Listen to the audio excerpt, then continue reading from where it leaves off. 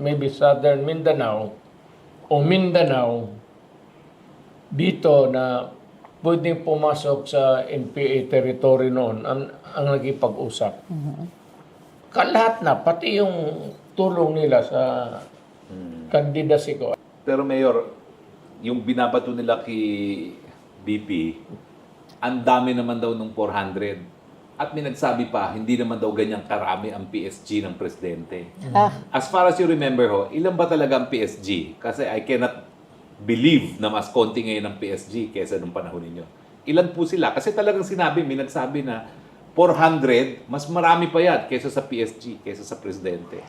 Alam mo, ako mismo, presidente noon, and I'm sure pati si Inday, hindi niya talaga alam kung ilan naka-assign on the lookout for security reasons.